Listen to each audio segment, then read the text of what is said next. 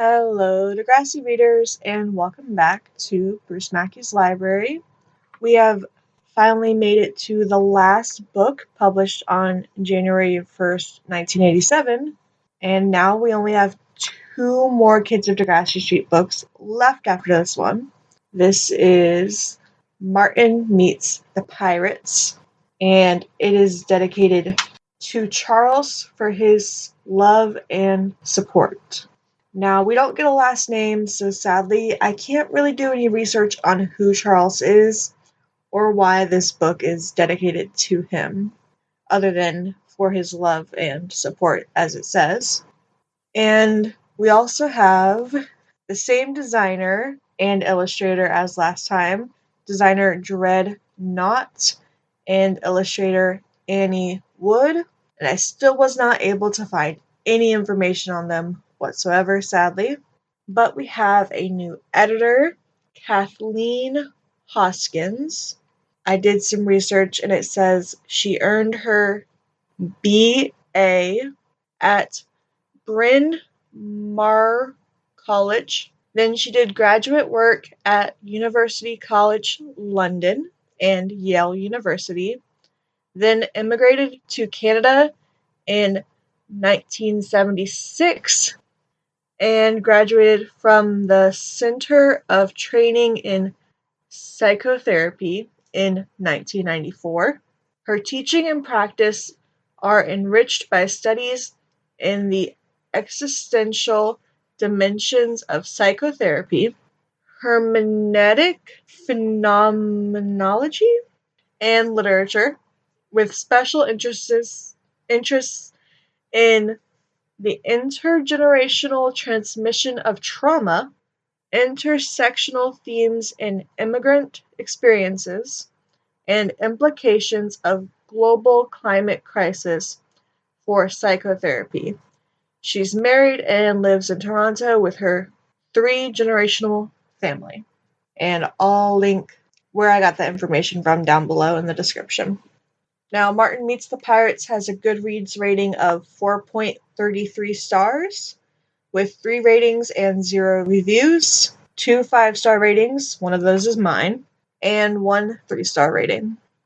The Formac Lormer website has it described as, "What do you do when your cool new friends pressure you to do things that are dangerous or illegal, when you've told so many lies that people don't believe you anymore, when your borrowing becomes stealing?" Martin Meets the Pirates and Other Stories shows young people who are faced with challenging dilemmas and respond with spirit and ingenuity. These stories offer delightful evidence of youthful creativity and resourcefulness in the face of hard questions. Based on the groundbreaking TV show, this book offers a sensitive and engaging look at the challenges of childhood. The subjects are juvenile fiction, social themes, emotions, feelings, and peer pressure.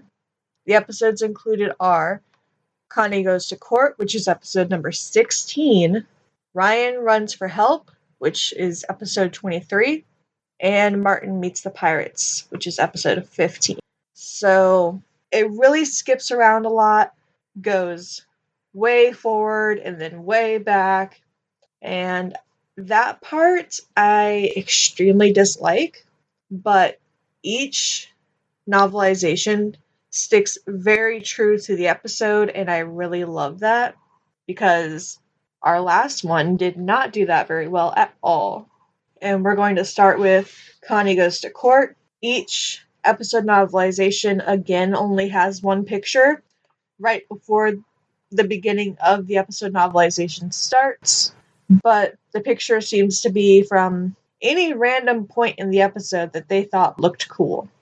So this one is when Connie is at court and Casey is cross-examining her as the witness, from my understanding of how the episode went. And it's captioned, "Casey got to the point with a downright, 'Did you steal that money from the fund?' 'No,' Connie said, glaring. 'I didn't steal anything. She felt her fingers quiver with anger. And my first note is all about Pete's point of view of Casey, setting him up to defend Connie later on, because he watches Casey really struggle with keeping the money in order before she ultimately drops a $5 bill on the floor. And it starts with, Pete thought he'd never seen such a mess. As the person in charge of collecting for Miss Gonzalez's party, Casey seemed a loser. He rolled his eyes in dismay as she reached to take Jeffrey Clayton's $5 and sent yet another paper floating to the floor. Meanwhile, Martin Schlegel stood solidly in front of Casey's desk, waiting. So that really sets up Pete to decide that Connie is innocent after all. He knows all along. And the very next page has even more information on Connie's money situation and why she was late paying in the first place. So it says, things were pretty tight for her, money-wise. She'd spent her allowance and her dad was very strict about not giving advances. Mom, who could sometimes be talked around, was visiting Grandma and wouldn't be back till the weekend. Until Connie's customers paid up, she hadn't so much as a dime. And as we know, the newspaper strike happens right after this. But I have a small note before we get there about the way this book portrays the desks in the show. So in the show, the desks don't have lids. They have like a little shelf on the inside, but the opening to that shelf is just wide open. There's no door to close it or anything. But the book says, as she slammed down the desk lid, a $5 bill fluttered to the floor near Connie's feet. So the book says that they have lids on their desks, but they do not. And then, as Connie is picking up the $5 bill to give it back to Casey, she has some thoughts about the way Casey is treating her, and these thoughts lead her to just not telling Casey that the bill was already on the floor. So it says, Connie put out her hand to tap Casey on the shoulder and take another try at explaining what had happened, when a tempting thought wriggled into her mind. So bossy Casey, who issued demands and deadlines for payment, thought she'd already paid up, eh? Why tell her anything else? It'll get her off my back, Connie told herself. If she thinks I've paid, at least until I get the money on Wednesday, or maybe even tomorrow. If I can borrow $5, this is only a kind of borrowing, and if I don't tell her, well, serves her right for being so pushy. Connie lowered her hand and closed her lips firmly. After school, some of the kids in the class got together for a meeting about the present for Miss Gonzalez. All through the high-powered discussion on the merits of fruit, flowers, candy, baby blankets, disposable diapers, rattles, and trainer cups, Connie felt small twinges of guilt. She had half decided if she could get Casey on her own to come clean, but a glance at her watch showed that she was already running late for the paper route. I'd better go, she thought, and slipped away. I also have a note on page 8 for Moose's real name. Moose is Martin Schlegel's brother, and his real name is Mervyn. They never say his real name on the show, but it's in this book right here. It says, she collected her wagon and hurried to the newspaper department. Martin Schlegel and his big brother Moose, whose real name was Mervyn, were hanging around the gates, studying some signs posted on the fence. So, Mervyn, that's a fun name, and I like that it fits Moose very well. And I find it interesting that we never really see it anywhere else. Like, even later on in this book, they don't put his real name was Mervyn when he comes up again, but they put it here, so I thought I'd point that out. And then when you go farther down this page, there's a few more notes about one of the newspaper customers called Mrs. Hines. So it says, spare me the details, begged Moose, backing off. And your excuses, he thought. He remembered a message from a guy at the depot. Hey, Miss Hines has been complaining again. So what else is new? Muttered Connie. Miss Grouchy Hines, the Wicked Witch of Degrassi, put the paper in the mailbox. Be sure it comes on time. Don't track mud on my porch. Don't sticky finger the brass. Better swing by her place first, suggested Moose. Sure will, said Connie.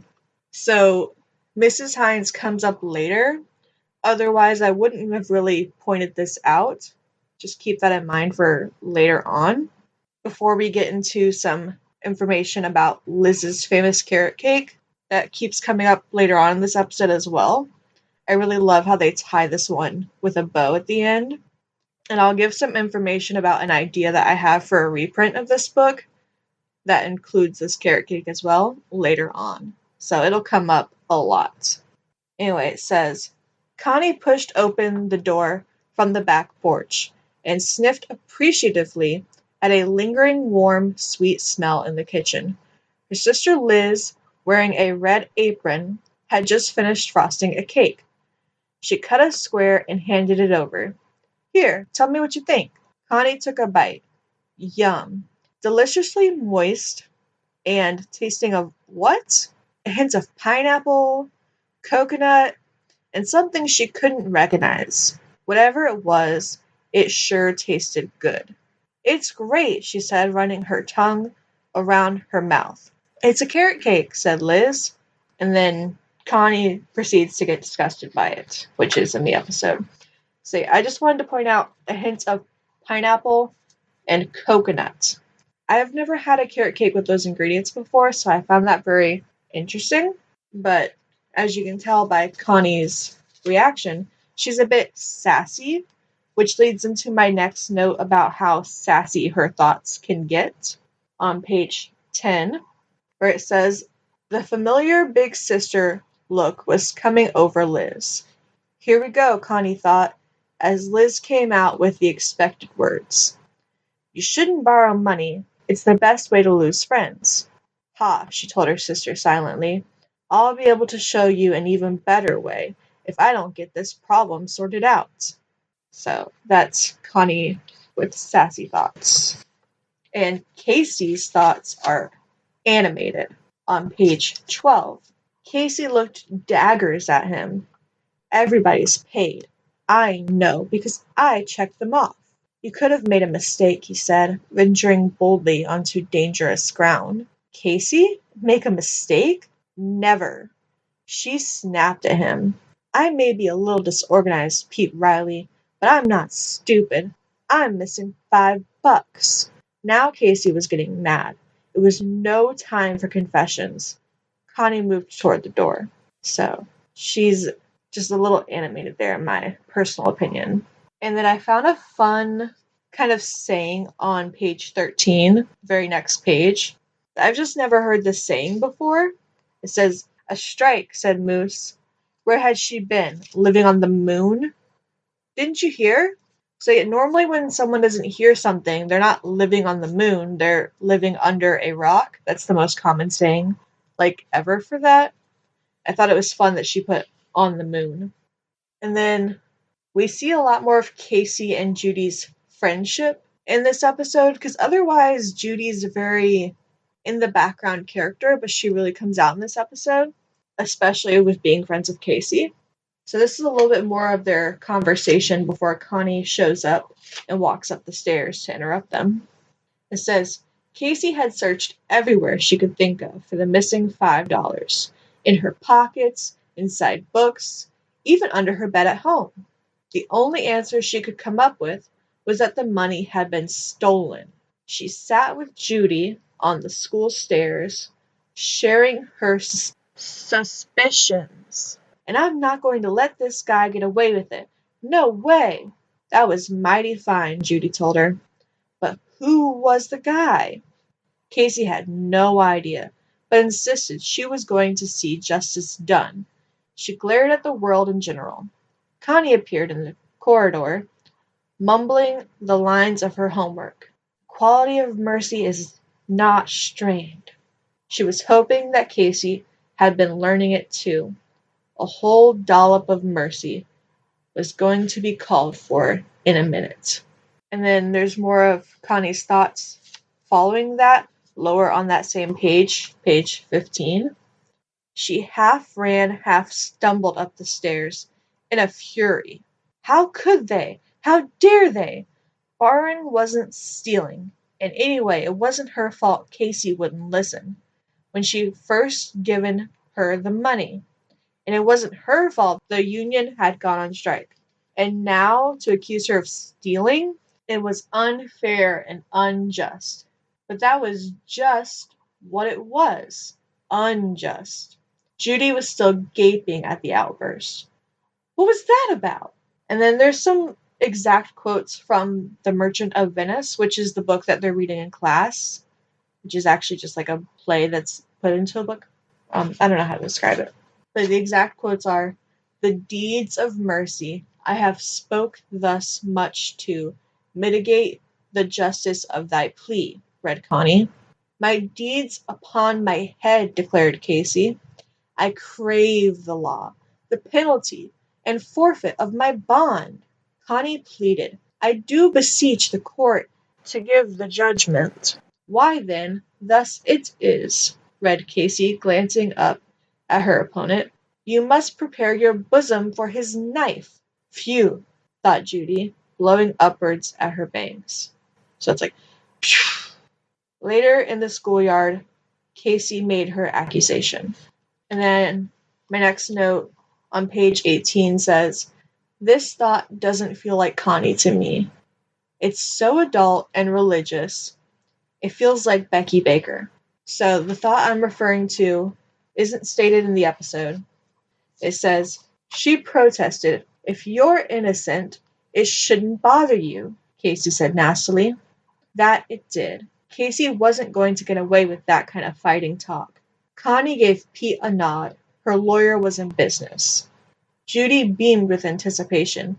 "It'll be fun." Fun, thought Connie? Huh. Maybe the Romans and the Lions thought it would be fun too, but I'll bet the Christians didn't. Now, Connie has never ever mentioned religion throughout the show, not once. That's why I say this is a Becky Baker kind of thought. It doesn't feel like Connie at all, that maybe the Romans and the Lions thought it was fun too, but I'll bet the Christians didn't. It just feels like Eve Jennings inserted herself into this book when she says that. And then the very next line is another Eve Jennings thing that we have come to expect. There's quite a few of them. Dog analogies are throughout this book as well, where it says, "Pete took to the law like dogs take to bones. He really got his teeth into it." And then it proceeds to talk about how he took her to the library and dragged her through the shelves. And the next one says, "Boy," she thought, "is he having a ball." He glanced up at her, hound dog sad face. So just dog analogies throughout this page, which is something that Eve Jennings writes a lot of.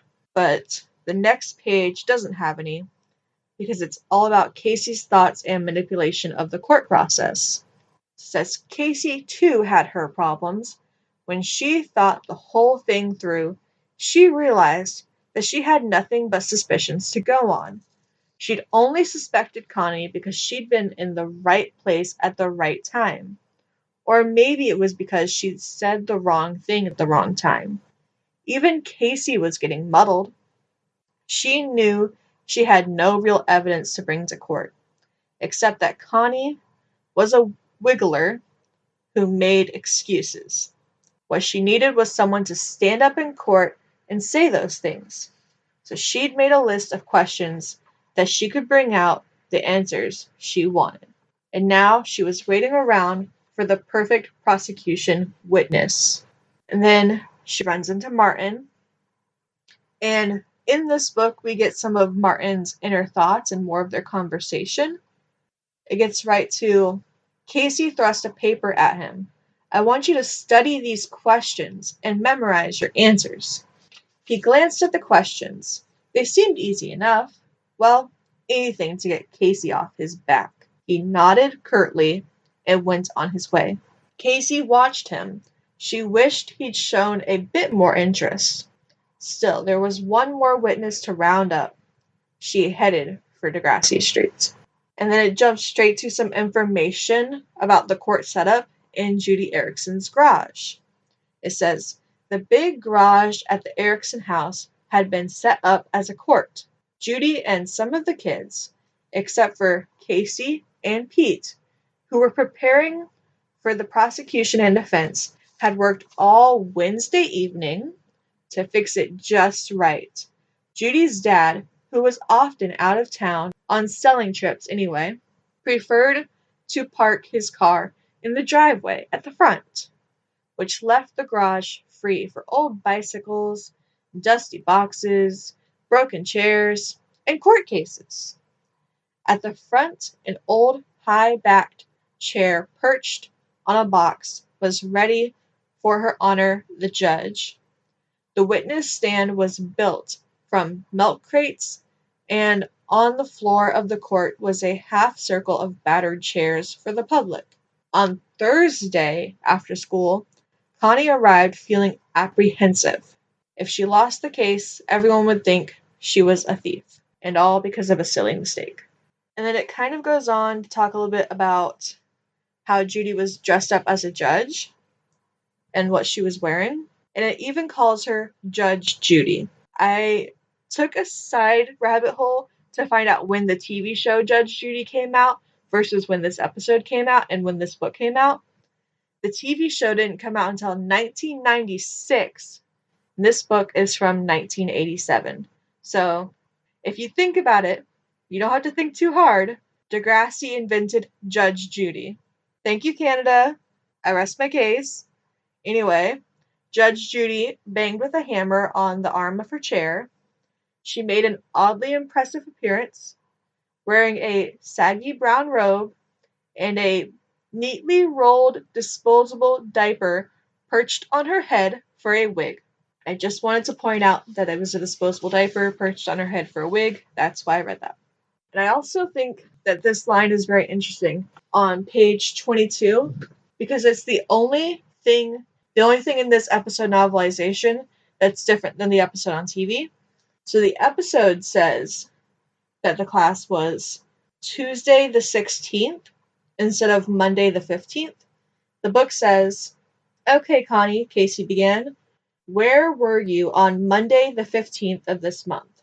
"At school, like everyone else," she answered scornfully. So, was it Monday or was it Tuesday? We will never really know, I guess. It depends on your source material. And then on page 28, they start to focus a bit on Casey's thoughts about needing to use the bathroom. They really point it out in the episode. She does a little dance and everything. But here, the way they describe it, I found very interesting.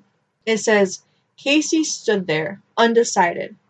She'd been feeling a little discomfort for a few minutes and had hoped that her case was nearly won so that she could slip away to the bathroom. Now, if she had to go on the witness stand, she might be stuck there for a long time. She gave an appealing glance towards the judge's chair. I just found the way they described that pretty interesting. She'd been feeling discomfort for a while, but the case didn't seem like it was going on that long to me during the episode. And then page 30 kind of tells you the conversation that Judy and Casey have while Casey is in the bathroom. And it makes them sound like they were talking while Casey was using the bathroom instead of after, like they do in the episode. So it says, "She called Judy. I wish we could stop the court." "Are you nuts?" asked Judy.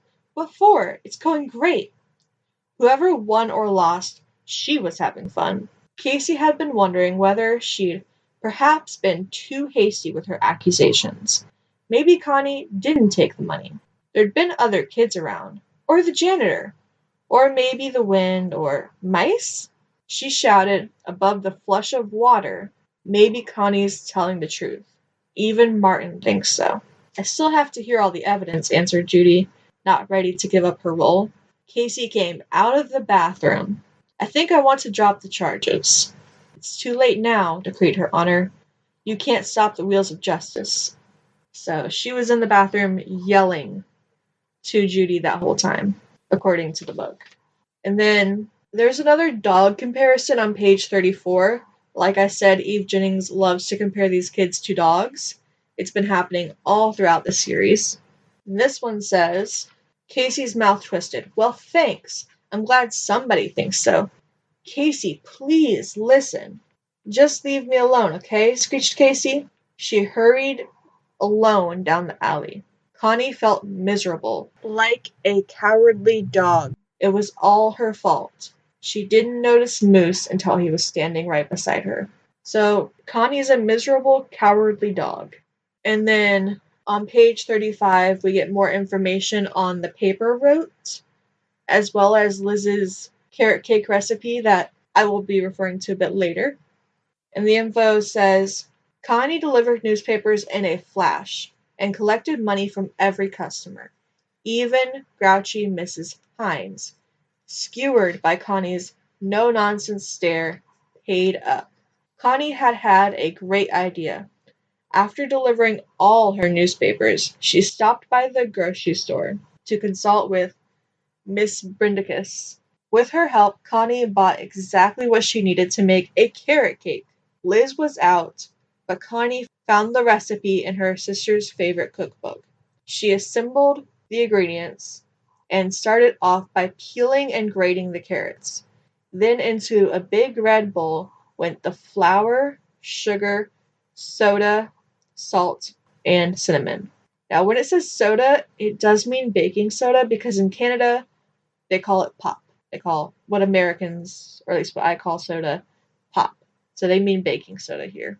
She beat the eggs and added vegetable oil, fruit, nuts, and the carrots. At last, with flour in her hair and egg smeared on her cheek, she poured the batter into the greased cake pans and put them in the oven with a huge sigh of relief. She hardly had time to prepare the filling and frosting before the ding of the timer told her the cake was ready. She took it out, smiling broadly. The first cake she'd ever made all on her own looked like a great success. So that gave us a whole lot of the ingredients, as well as the fact that there's a filling and a frosting. I just thought that was really interesting. And then we get a bit more of the conversation that Connie and Casey have when Connie goes to show Casey the cake.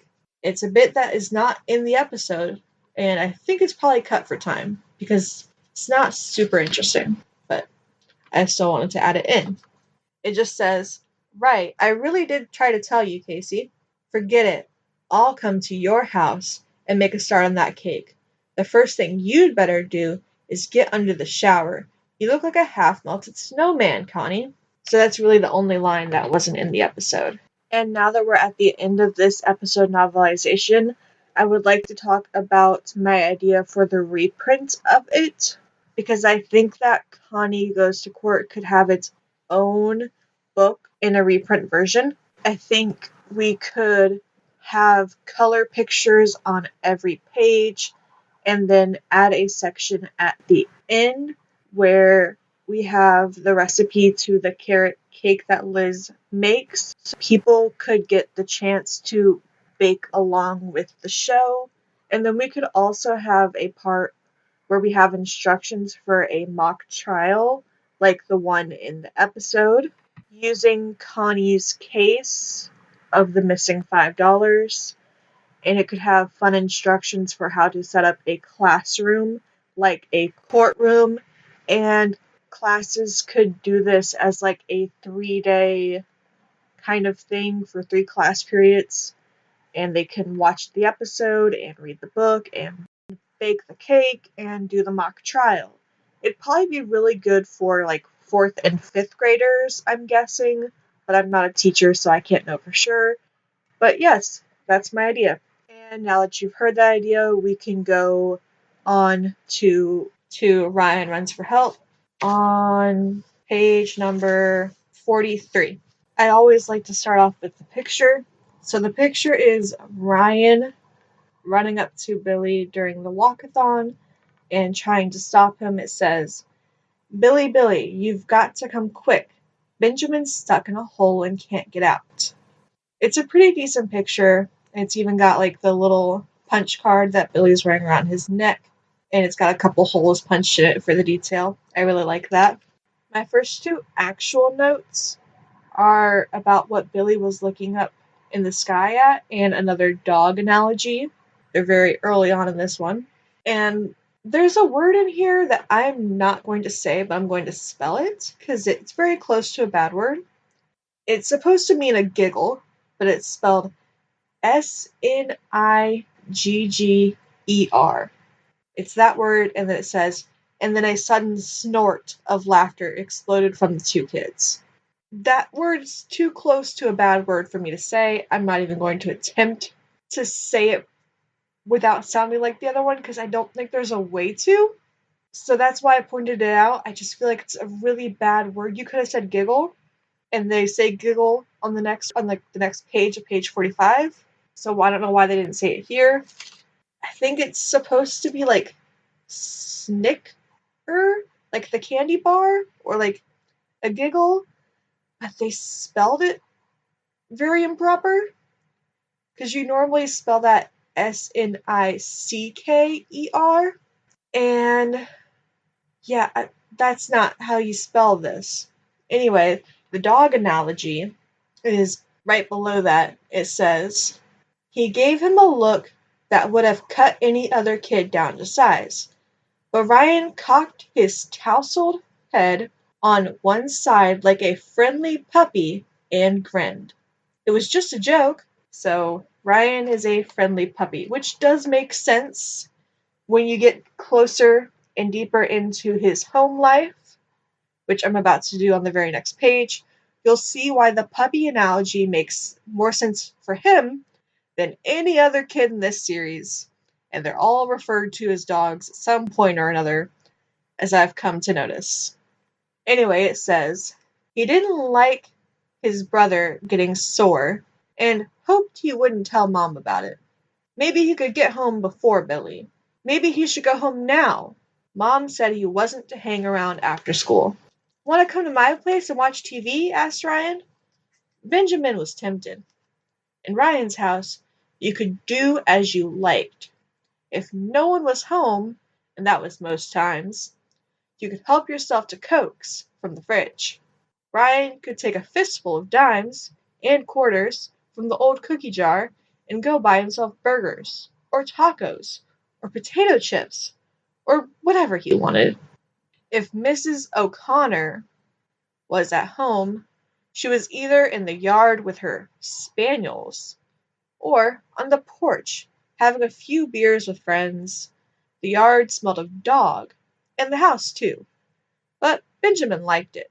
Nobody told Ryan not to mess up the place, or to wipe his shoes, or to clean his room, and Mrs. O'Connor wasn't forever wanting to know what Ryan was doing. She spent more time in the kennels than with Ryan, sometimes giving him a pat or a push when he got under her feet, as if he were one of the dogs too. Not like Benjamin's mom, always wanting to know where he was and feeding him stuff that was supposed to be good for him. Yeah, Ryan's house was a great place to be. We don't really get all that information in the episode. There's no way they could without taking us to his house, which I wish they would have done, but sadly they don't. But in the book, we get a little bit of what it would have been like if we were invited to his house, because my next note is all about what happened when Ryan and Ben hung out. Benjamin took the plunge. Okay then, still doubtful, he added, but only for a little while. Ryan gave him a sunny smile. Don't worry, you won't get in trouble. He was glad he'd persuaded Benjamin to come. He liked Benj, who was never mean to him like some of the other kids, and it was great not to go home alone to an empty house. Ryan and Benjamin had a great time. They watched TV for hours, changing channels to find their favorite shows. Every time Benjamin made a half-hearted move to go home, Ryan offered him another chocolate chip cookie or a cracker spread with peanut butter. Suddenly, Benjamin noticed it was getting dark outside, and reluctantly, Ryan had to let him go. As Benjamin panted home In the gathering dusk, he met his brother coming to look for him. And that's kind of where the show picks up. And then we get a little bit of information about Ryan's home life just from his outfit alone. What he's wearing shows a lot about the lack of care that his mother seems to have for him. It says his faded t-shirt was stained and torn, and his tracksuit pants were the same ones he'd worn all week. He ambled into the Martins' yard and shouted up at Benjamin's window, eager to start another day of playing in the park. So we get just from his outfit alone that his mom didn't care enough to check what he was wearing and see that his shirt was torn, which is like the exact opposite of that one scene where Pete's mom is telling him that he needs to get his clothes sewn up. I'm blanking on the episode name, but it's a scene. There's also a scene, I think there's one episode where a dad says his daughter looks like a ragamuffin because her shirt is torn. I'm blanking on the name of the episode, but it's that one where that dad's in like a halfway house. Someone will comment it down below or something, I don't know. Anyway, there's a bit of Billy's inner thoughts a bit more on how he thinks his mom is kind of a drag because he doesn't really understand.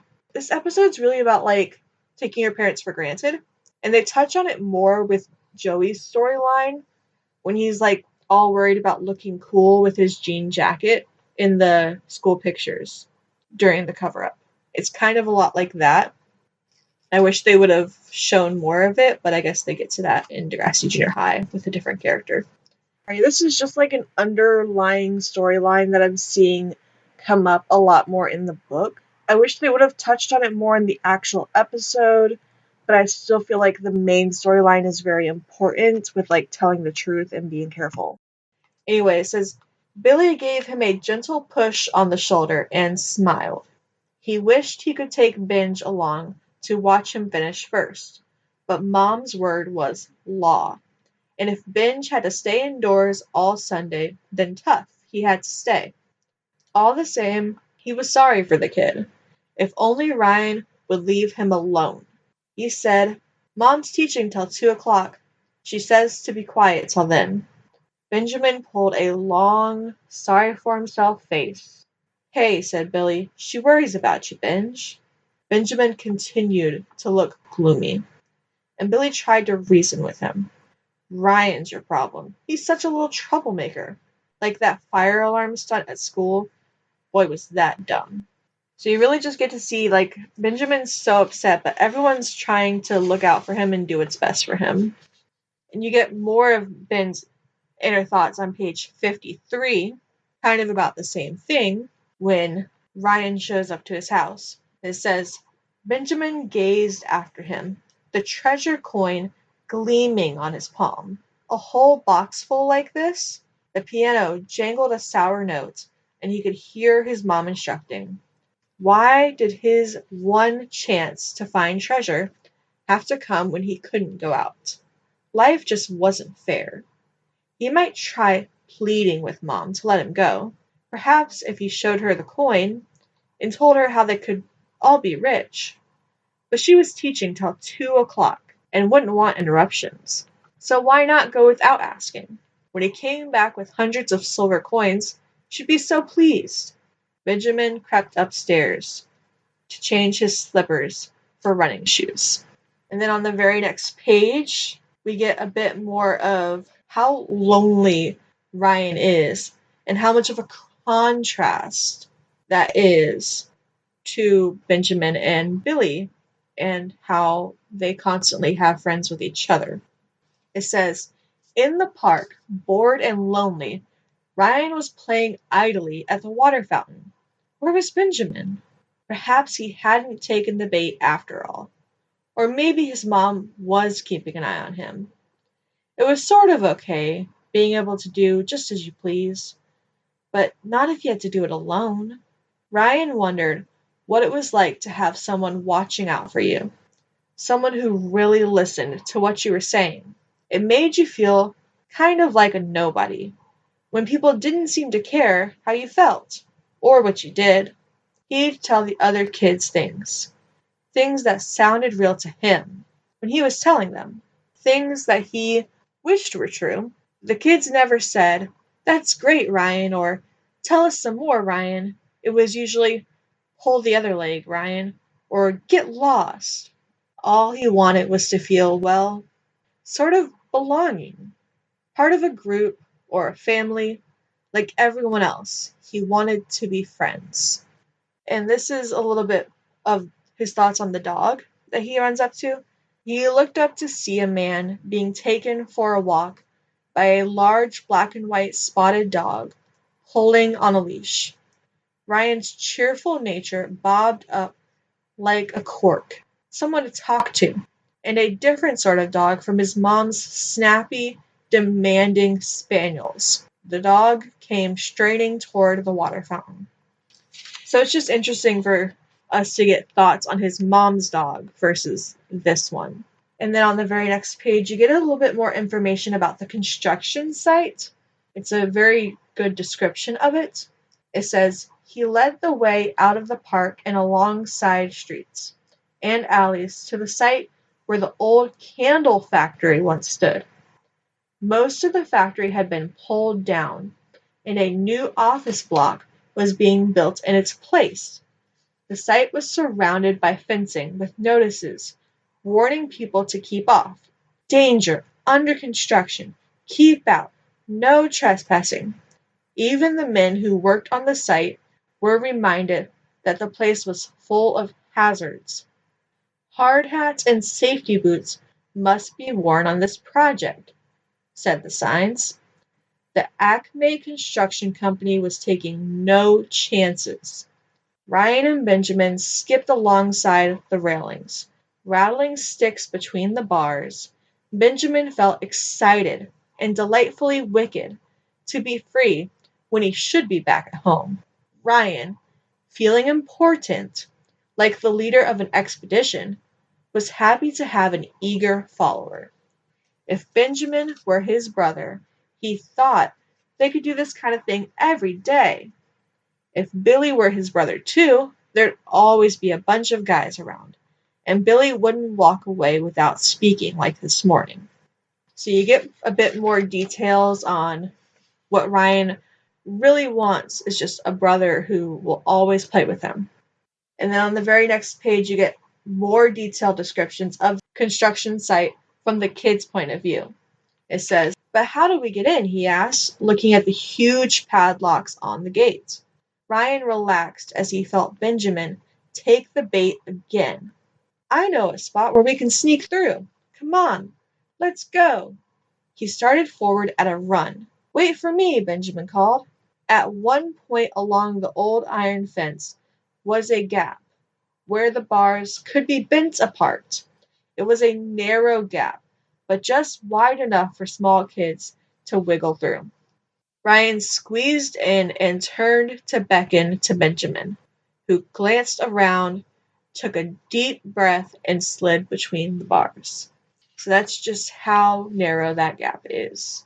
We also have a very fun description of Benjamin's fall, which is not to make it sound like this is a fun thing that happened, but just the way it's described is very interesting to me. On page 61, it says, "Then suddenly the ground wasn't there anymore, and as his feet pedaled the air, trying to find a hold, dirty sand shot past in a blur as he went down, down, down."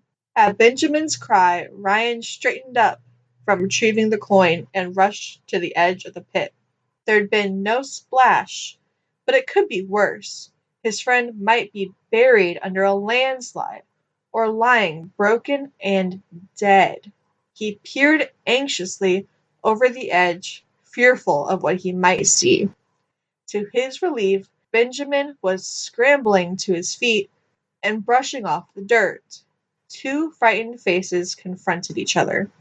I just thought that detail was very animated and fun sounding.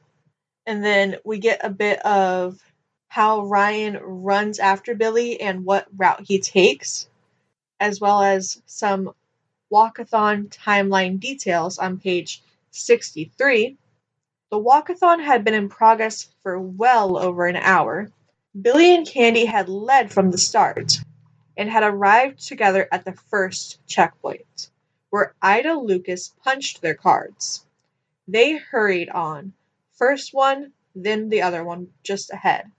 As the sun rose higher, most of the walkers slowed down a little, easing up to have a drink or mop their brows. But Billy and Candy, watching each other hawk-eyed, pressed on.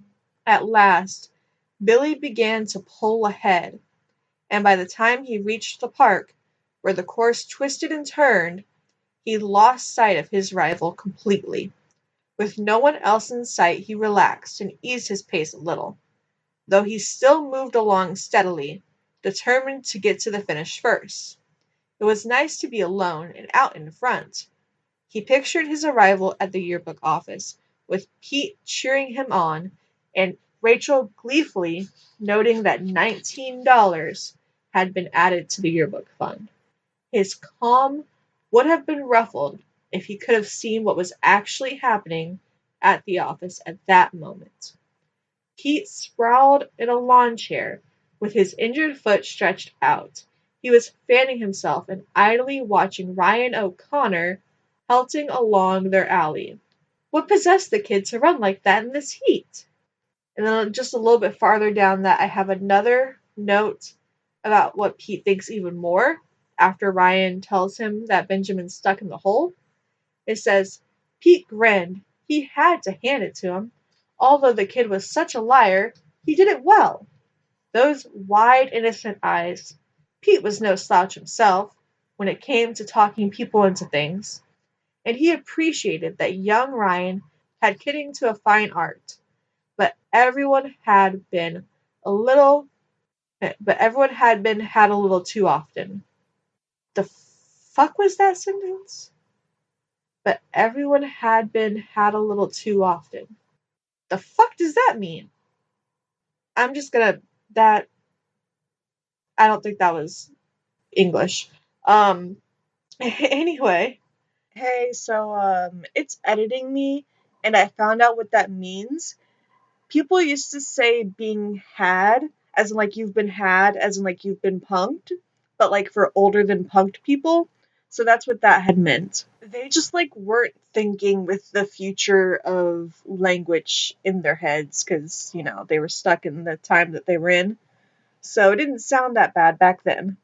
On page 65, we have even more of Ryan's route details where it says, Ryan took several shortcuts, avoiding the early part of the course. Billy would be past there by now. In the park, he sighted a couple of girls, side by side, bopping to the rhythm of their Walkmans. As he panted up behind them, he recognized Karen Gillis and Connie Jacobs. He called their names, but they couldn't hear. He jumped in front where they could see him. And then they have the conversation that's in the episode before we get a little bit more of Ryan's route on page 66. It says, the girls raised their eyebrows in amused disbelief and pranced happily on their way. Ryan was ready to scream with frustration. Why wouldn't anyone believe him? Surely they could tell when he really meant what he said. He decided to cut across the park. Perhaps the best thing was to take the route the other way round and meet Billy head on. He thought of Benjamin waiting at the bottom of the hole, and wondering when Ryan would come with help, and suppose some more dirt fell on top of him. Ryan pounded on. Billy had just passed the last checkpoint before the home stretch, when Ryan came racing towards him. So Billy was really just about done, and I find that very interesting. But we don't get any more notes about it until page 71, when we get Benjamin's thoughts at the police office. So they've already been caught, they've already been taken to the police office, and this is what Benjamin's thinking. The three of them stared back along the empty alley. They stared in vain, for Billy was sitting on a hard bench in the police station between two very unhappy, worried kids. He wasn't too happy either, but he'd resigned himself to not eating candy to the finish. And since the police had accepted his explanation about going to rescue Benjamin, there was every chance, if his mom agreed, that he could go back and complete the rest of the walkathon course. At least the $19 wouldn't be lost. But he couldn't help wishing none of it had happened. He remarked yet again to his little brother, "Why didn't you stay at home?" Benjamin, thinking back, tried to remember why at the same time. Sneaking out had seemed so very important. It was that coin and the promise of treasure. If Ryan hadn't tempted him, he wouldn't have been in this trouble in the first place. He'd been really scared when the police came. He'd expected to be locked in a cell and given nothing but bread and water. Come to think of it, he was getting very hungry. My next note is the smallest one in this book. It's just that the cop has a name. Not that I'm saying police, Blue Lives Matter or whatever, because that's not, no, that's not it. Just the cop has a name, okay? This cop is Police Constable Dodson. Dodson. I do think this cop kind of did a decent thing. He got the boys to not play at the construction site anymore, so that's good. And it says, Police Constable Dodson talked earnestly and firmly to the boys, telling them how lucky they'd been to not be seriously injured, and making it clear that if they ever did such a foolish thing again, they'd be in big trouble with both the police and the construction company. "What would you do if you got fined hundreds of dollars?" he asked. At last he was through, and he put two very quiet kids in the back seat of a police car. They sat very far apart, one in each corner, not speaking. As the yellow car drove up outside Benjamin's house, Miss Martin came down the steps and waited, grim-faced, for Benjamin to get out. So I just find it interesting that they could have gotten fined hundreds of dollars, as well as the police car is yellow in Canada, and he's a constable. I'm not sure what that means. I don't know, I'm not sure what rank that is for Canadian police officers, but there you go. And then on page 74, we get more of Ryan's thoughts on his mom and the dog, which follows up what was happening in the beginning of the book about Ryan's thoughts with his mom and the dogs. And it says, "The cop said, 'We couldn't find your mom.' That figures," Ryan muttered. "Can you think of any place she might be? Could be anywhere with those dogs. At the lake, on the islands, at the park." He shook his head. "Oh, well," said the policeman kindly. "Don't worry. We'll just have to keep on trying." He started the car. If it was one of the spaniels missing, Ryan told himself, she would have noticed before this. And then we get a bit more about Billy and his walkathon that I'm not going to read until we get to page 75, where we get even more about Ryan's home life and why he makes up stories. It says, "It was late in the day as Ryan came along Degrassi. Bound on an important errand, he had to see Benj and tell him he was sorry. He hadn't meant to get him into trouble. He didn't really mean to lie, but his stories were the only way he knew of making people listen. And it always sort of got out of hand. He hoped Benjamin didn't mean it when he'd been so angry. He was his only friend, and he'd been lost without him. Perhaps his mom would relent and let him out. Ryan's own mom had come home at last." And this is where a trigger warning for child abuse would come in, at least from my understanding of this. It says, "Ryan's own mom had come home at last and had shoved him around a bit for getting into trouble with the police. Then she'd given him money for ice cream and started mincing meat for the dog's supper." This book just really points out how much his mom doesn't want to be a mom to him, but really loves her dogs, it seems, which I can relate to a little bit, although my father was never abusive to me. He did love his dogs more than his kids, or some kids more than other kids, so I know how Ryan feels on that. And then my last note is on page 77, where we wrap things up at Billy and Benjamin's house. And it says, "Well," offered Billy, a bit awkwardly, "if you ever have a problem you need to talk about, you just come and see me, okay?"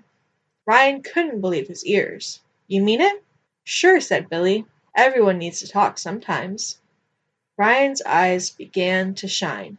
"Gee, thanks, Billy." Billy liked the prospect of having two kids to look out for. It felt great. Kind of grown up. "No problem," he said. "Just come to me. But none of your stories, okay?" Ryan grinned. "No way, Billy." He pulled a dusty, battered packet from his pocket. Something to share to seal the pact. "Want some gum?" So that's the last note for Ryan Runs for Help. And then we get to the last episode in the book, the namesake episode of Martin Meets the Pirates. Starting off with the picture again. This one is of 3 pirates coming up to Pete at his car wash stand. The 3 pirates are Terry, Griff, and one that I can't remember the name of, and I'm so sorry for that. Editing me realized this pirate's name is Shane. His shirt just says Pirates on the back. I only recognize Terry because her name is in the caption, as well as she was the one wearing the Ozzy Osbourne shirt. And we recognize Griff because his name is on his shirt. Editing me here just had this brilliant thing here. I just kind of realized that Ryan's name is on his shirt, and a lot of the pirates' names are on their shirt. So just think about if they had given Ryan the storyline of he puts his name on his shirts like the pirates do because he looks up to the pirates, because he wants a community, and they're like this ultimate community as a gang. Like, a gang of pirates is like a chosen family among the sea, just like in the Degrassi community. It's like a chosen family of like a gang of kids that like hang out together and stuff. They terrorize other kids because they're all from broken families, so they had to build their own family. And like Ryan would fit in so perfectly with that. I wish we'd gotten more of Ryan now, because like now I'm like building him this backstory. Imagine if Ryan was from Bolton Street and he wanted to become a pirate, and that's why he's like, let me try to lead Benjamin, just like Terry like leads Griff and stuff like that. I just like never even thought about it until just this second, but like Ryan would be a really fun pirate. He needs that kind of community. Even though the pirates are bad, he needs a community that sticks together and is like a chosen family. Anyway, let's go back to recording me. Sorry for the tangent.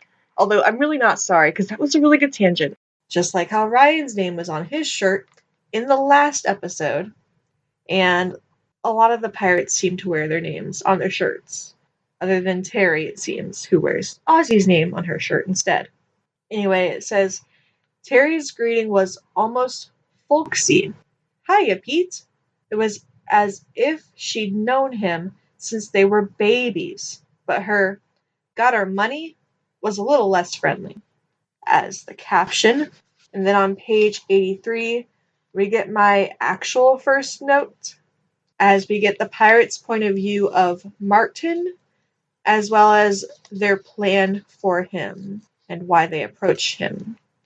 It says, "The boy glowered at Pete, balling his fists. If I ever hear you didn't pay her, or tried to cheat her, or anything, Pete Riley, you've had it." He looked as if he was only waiting for the starting bell as he stood leaning menacingly forward, his face only inches away from Pete's. Miss Dion broke in with an exasperated, "Hey, what is this? A car wash or a social club?" Pete sprang to life. "Be right with you." He thrust the hose at Melanie. "Come on, take this," he said, As he went to fetch a bucket, with one last warning glare, Martin turned and walked away. Turk and Shane made thumbs up signs and drifted after him. And then I found this little note interesting. Apparently, Miss Dion was listening in on Pete and Melanie's conversation as they were talking about Melanie's payment. And it says, Pete offered a hand across the hood. Partners? Melanie grasped his fingers. I knew I could trust you, Pete. Would I let you down? Asked Pete, glasses glinting. At the drop of a bucket, thought Miss Dioun. She really ought to put Melanie straight. But the court at the tennis club was booked from 5 minutes ago, and her partner would be spinning his racket and watching the clock. It goes straight into page 85 where we get Martin's inner thoughts about Pete in the car wash. It says, Martin walked away from the car wash, wondering whether he'd made his warning clear enough. Pete always had an eye for a money-making proposition. Money-making for Pete, that is, not for those people unlucky enough to get taken in by his smooth talk. Martin himself had already been the fall guy over Pete's lottery ticket fiasco. And in case you're forgetting what that one's about, that's the episode Pete Takes a Chance. That's episode number 8. So referencing something from way back, but Martin actually did get his money back and more because he won the lottery because Martin had bought the ticket from Pete that Pete was selling to pay Martin back for the gag stuff that he bought, the joke supplies and stuff that he bought from Pete that Moose was hackling Lisa over. So it all loops back around. But anyway, Martin himself had nearly been the fall guy over Pete's lottery ticket fiasco. If Pete wanted to put his friendships on the line again, that was his problem. But no way was Martin going to let his little sister get hurt. He was still scowling at the thought of what he'd do to Pete when he heard a voice behind him. Hey, kid, come here. He swung round. Shoot, the pirate gang from Bolton Street. And he was alone with them in this alley. It was 2-1. But he'd show them. He tucked in his chin and squared up like a boxer. Why? The one in the leather collar said, We got a message for you. A trick? To get him closer? Martin stood still and waited. The other one called, Our boss wants to meet you at our clubhouse at noon. Be there. Don't be late. The pirates made significant gestures across their throats before swaggering away. Martin watched them out of sight. He knew where their clubhouse was, and he knew it was a good place to stay away from. Their boss, the meanest leader of the meanest gang in East Toronto, was someone to keep away from, too. Unless you were sent for, then maybe it was better to fall in line. And then it goes straight into some details about the Pirates Clubhouse from Martin's point of view. It says, right at noon, Martin arrived at the Pirates' hideout, a sinister-looking shack decorated with skull and crossbones and dire warnings to keep out. Trying to look much bolder than he felt, he called, Hello.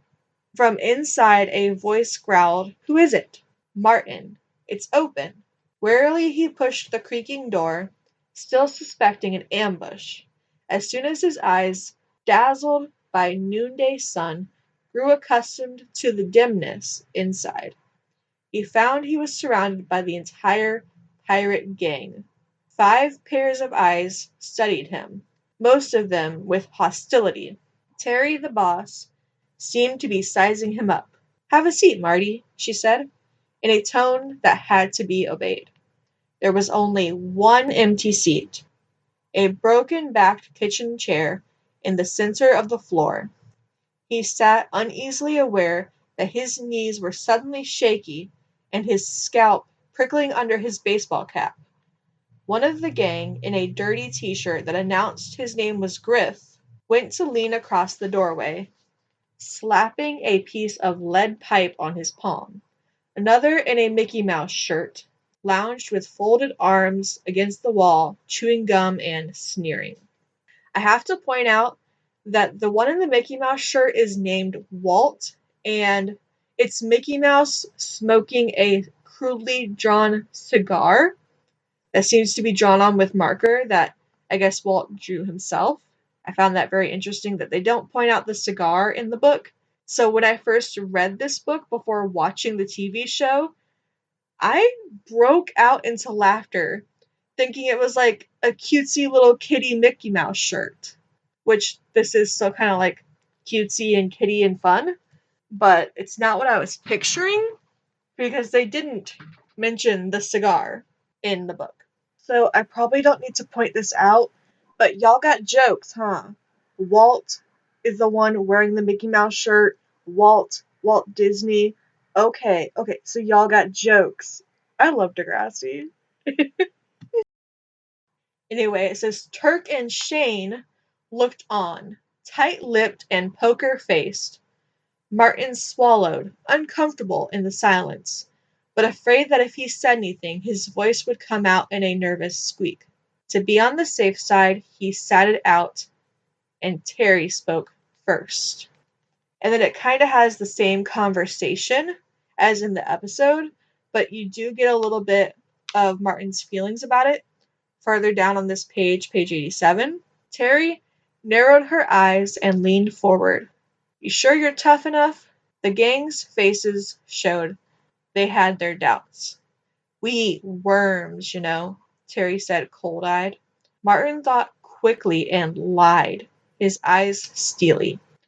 I pull the wings off of flies. And then Terry countered with, I don't even like saying this, but we stick firecrackers in frogs? And then Martin lied again with, I eat raw crawfish, or crayfish. I think it's pronounced crayfish. And then I fast forward to page 92, which is after the pirates confront Pete for the first time and tell him that he needs $20 to pay them back, because Pete's inner thoughts compare the situation to a Western movie, which I found very interesting. It says, Terry, their leader, menacing in black, was flanked by her Chief Lieutenant Griff, who seemed to be looking for a head to smack with that piece of lead pipe. Another gang member, his chest labeled Walt, stood dead, still but alert, a hair's breadth from action. Breadth? I don't know, it's Breadth. I don't even think that's a word. Breathed from action. Pete was suddenly reminded of all the Western movies he'd seen, where the baddies take over the town. He understood why all those honest Western citizens had dived for cover, leaving only the hero to face down the villains. Except he didn't want to be the hero. So I just found that to be interesting, because Pete's never really been known to be a fan of Western movies before this. So I find that adds a lot to his character. I think it's interesting. Well, on the very next page, we get some of Melanie's thoughts while Pete is away looking for help, and she's trying to take over the car wash. It says, Melanie picked up the lawn chair and put it back at the table. She sat herself down and surveyed the car wash. It felt good to be in charge. Boss lady on her first day. That'd be something to tell Martin. Pete tried Billy first, and then it just goes about Pete's route of finding help until the next page, where I have a bit of a note about a character we didn't get the name of in the episode, and we never see him again, but his name is very interesting. So it says, Pete headed for Luke Bawcut's house. Luke's dad was into karate. Maybe some of it had rubbed off on Luke. He glanced at his watch. Better round up help soon. So Pete headed to Luke Bawcut's house. That name's interesting because Bawcut is actually her birth last name. And her brother, Michael Ballcut, plays the welder in this episode, who is supposed to be. So I just realized that Linda making her brother play the welder, and the welder is Ida's brother, means that she's putting herself in the place of Ida. Am I wrong? I feel like this is right. Maybe I'm just putting significance where there's actually not any, and this doesn't actually mean anything, but I feel like this means that Linda sees herself as Ida. I could be wrong though. Sorry, but editing me is just like in a mood of like creativity and just seeing all these connections where there might not be any. Sorry. Anyway, the welder is later revealed to be Fred Lucas, Ida T. Lucas's brother. And my note says, Luke Ballcut is interesting considering Michael Ballcut is Linda's brother, who played the welder in this episode. Then he goes on to do production management for TNG and Next Class. But I found that very interesting that they gave the character Luke his last name in this book. We don't hear it in the episode. It's not of significance, really, unless you read the book. They do that a lot, like they did with Candy Lamb, and how Nancy Lamb is Irene, and Irene moves in, and they have the same last name. So it's a lot like that. And then page 96 has a little bit of trigger warning for Fatphobia. Thankfully, it's not in the episode. Again, it's only in the book. Eve Jennings seems to insert a lot of fatphobia. And I wasn't surprised by it. I was kind of expecting it at this point. It happens a lot. It says, Moose hated to refuse a friend, but he was a large-scale target and had an extra chin to punch. He shook his fleshy face sadly and moved on. Pete was left standing alone on the sidewalk. And after a moment, he pulled himself together, staring after Moose was getting him nowhere. So, yeah, just some light fatphobia, I say sarcastically, as we move on to page 97 and get more of Luke Ballcut and why he's fixing his bike in this episode. What did Pete do to his bike? We'll find out. When Pete finally saw him, Luke was tinkering with his bike on the sidewalk. Not a good start. The bike was the one Pete had offered to fix last week. He still felt it wasn't his fault that when he loosened the wheel bearings, the chain gear had fallen off. He tried not to look at the bike as he grasped Luke's shoulder. You've got to help me, Luke. Forget it, Luke barked. You've got to, begged Pete. No way. Luke looked murderous. Please? Luke just pointed at the damaged bike and shook his head. Pete knew he was beaten and slunk away. And then my next note isn't until page 104. So we skip pretty far to get Melanie's point of view of Melanie's solution to the pirate situation. And some bad wording for it, in my opinion, which really should include a trigger warning for racism and I'd say murder. And it says, okay then, she'd go tell him, and then the pirates wouldn't know what had hit them. Nobody was going to steal her money. She marched away, and this is kind of where the bad wording comes in. It says she's a one-girl lynch mob. Yeah. She marched away a one-girl lynch mob. Pete gazed after her, shaking his head. A good try, but the chips were down and the pirates held all the aces. That's their wording, not mine. I'm just pointing out what it says and saying that it is bad. So I'm going to skip to another dog analogy on the very next page, page 105. It says, What have you got behind your back? Melanie asked. Nothing, said Martin, shifting away. Yes, you do, said his sister. Come on, show me. He knew it was useless to try to fool her. Melanie on the trail was like a hound after a rabbit. Oh my gosh, so editing me is realizing how insensitive this line is, considering in Casey Draws the Line, they lost the rabbit named Rabbit to a hound. Oh my god! Ugh! Comparing a child to a dog is already just so insensitive and just not cool. And it happens like a lot in this book series. But like, can we just not? Like, can we just like, can we remember Rabbit and just, uh, a moment for Rabbit? That's so fucked up. Martin hesitated, then pulled the blowtorch out from behind his back. Melanie is like a hound after a rabbit.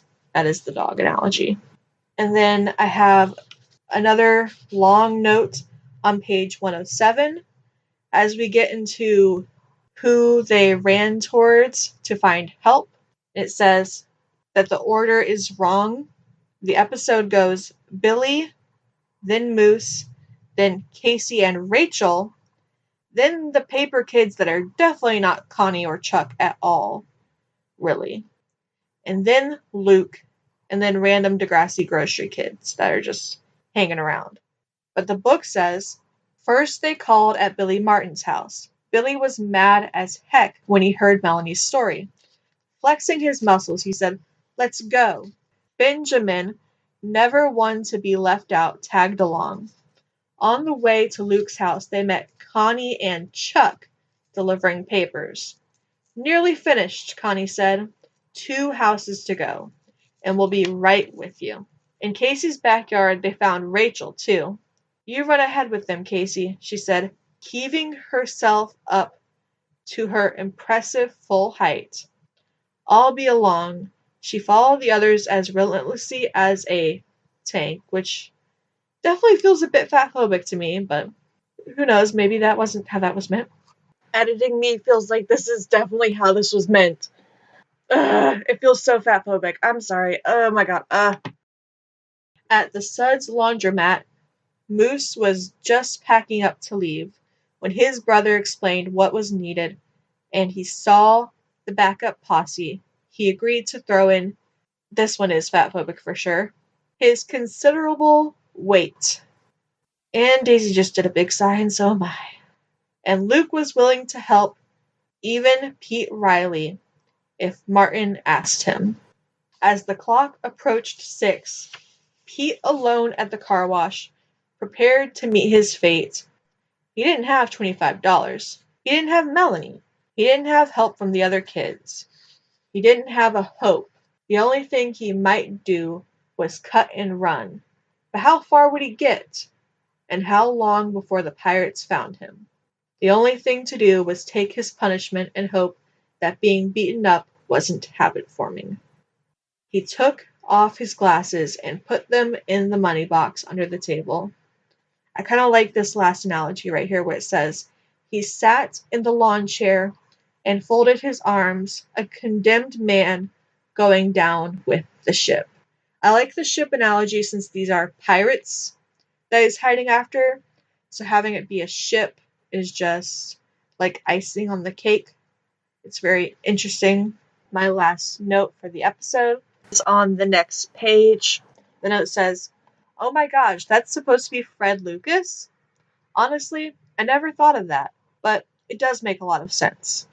And honestly, I have read this book before, but I had totally forgotten that the book said that that was Fred Lucas. They do call him Fred in the episode, but they didn't say his last name, and Fred is a very common name, especially with this time and like the Flintstones and everything being out. So I was just like, oh, it's some guy named Fred. I never thought, oh, it's Fred Lucas, until I read right here where it says, the entire gang turned and backed off. There stood the welder from Bristol Metal, wearing a raised mask and coveralls, and looking as threatening as a space invader. It was Ida Lucas's 19-year-old brother, Fred. Pirates stepped backward, frightened, and didn't see Melanie pick up the hose. So, yes, that's Fred Lucas, and he is now 19 years old. I don't know how old he was in the beginning. They never really said as far as I know, but I still find that very interesting. He was obviously old enough to be watching Ida and Irene and Cookie all at once. Back in those days, like, who knows how old that is? I don't know. But he's 19 in Martin Meets the Pirates, which is episode number 15. And then my very last note doesn't have to do with any of the episodes. I just kind of noticed that they added the street address and phone number for the Playing with Time office in the back of the book, which I found to be very interesting. I think you can probably find this information online because it's now a storefront called Good Neighbor. But the Playing with Time Incorporated address is 935 Queen Street East, Toronto, Ontario.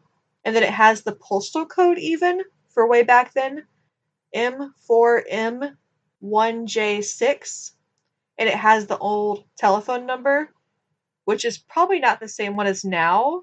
So I feel comfortable sharing it. Plus, you can get it in this book, which will be linked down the description down below because I found an archive.org copy. So the telephone number is 416-466-6170, according to the About the Series page in the book. And that's my last note for Martin Meets the Pirates.